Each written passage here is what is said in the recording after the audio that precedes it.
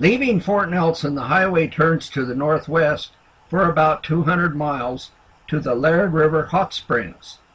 You will notice 3 little bumps on this sign.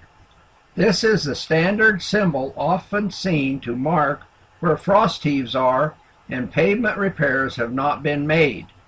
Small orange cones along the edge of the road also mark frost heaves. Paved road frost heaves are costly to repair, take longer, and can only be done during the short summer. In the north, gravel roads are often better, as frost heaves can be easily graded out even when frozen.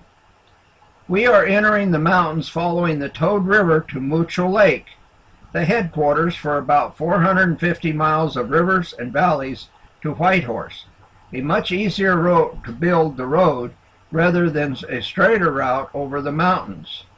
We will see a lot of wildlife along this part of the highway, starting with a moose, and then so many wood buffalo that we get tired of taking their pictures.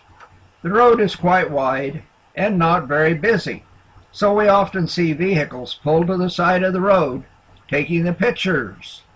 And yes, we see a lot of wood bison, just buffalo here along the route. Very interesting and nice to see so much wildlife. Here's a view looking down into the river to another big lake. More buffalo we see.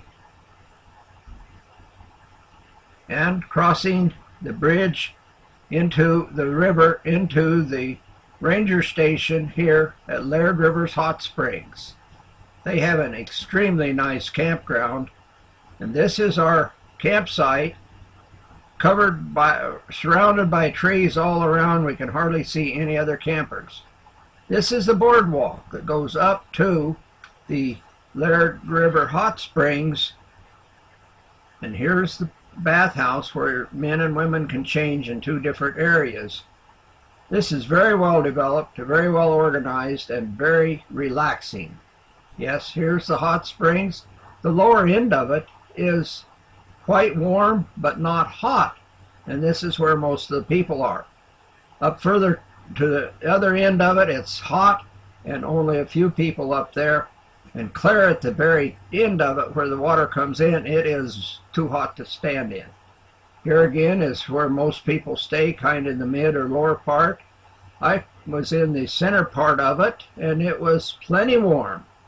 This is a view showing the full length of the hot springs. This is a wood staircase going to the headwaters. Now this is a tropical vegetation area. It stays tropical year-round, so the plant life here is quite different than any place you see in Alaska. So tropical here, and then we're off down the road on to Watson Lake and looking for more wildlife.